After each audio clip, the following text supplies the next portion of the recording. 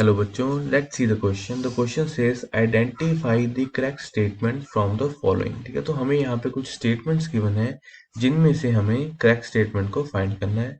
तो सबसे पहले हम देखते हैं हमें किस बारे में बात हो रही है। तो हमारी फ्रीक्वेंसी ऑफ साइक्लोट्रॉन के बारे में और काइनेटिक एनर्जी के बारे में बात हो रही है। तो अब हम देखेंगे यहाँ पे, तो हमारे पास जो साइक्लोट्रॉन की फ्रीक्वेंसी होती है वो डिनोट होती है म्यू के साथ। ठीक है, तो म्यू को हम कहते हैं फ्रीक्वेंसी। ठीक है, म्यू हमारी फ्रीक्वेंसी, एम होता है हमारे पास मास ऑफ जो इलेक्ट्रॉन है वो रोटेट कर रहा है, मास ऑफ इलेक्ट्रॉन, और क्यू हमारे पास होता है चार्ज ऑफ द पार्टिकल।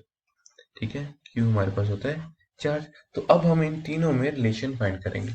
तो सबसे पहले होते हैं हमारी फ्रीक्वेंसी। तो वी नो फ्रीक्वेंसी का फॉर्मूला हमारे पास होता है Q B R divided by M. तो ये हमारी क्या होती है, frequency.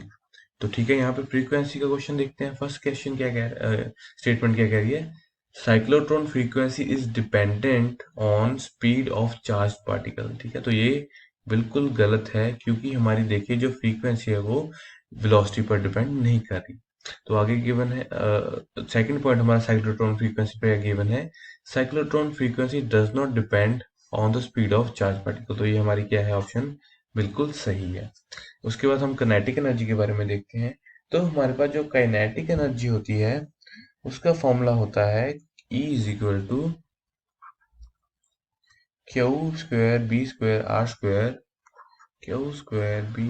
Are square, divided by 2m। तो ये हमारी क्या है, काइनेटिक एनर्जी। तो यहाँ पे देखिए, kinetic energy of charge particle in cyclotron does not depend on its mass. तो ये हमारी ऑप्शन क्या है, गलत, क्योंकि हमारी जो काइनेटिक एनर्जी है वो डिपेंड कर रही है किस पे, मास पे। ठीक है, और लास्ट हमारी कौन सी है, kinetic energy of charge particle in cyclotron is independent of its charge. तो ये भी गलत है, क्योंकि जो हमारी ई है वो डिपेंड कर रही है किस पे, चार्ज पे भी। तो हमारी ऑप्शन नंबर सी बिल्कुल सही है। So I hope you understood it well. Best of luck.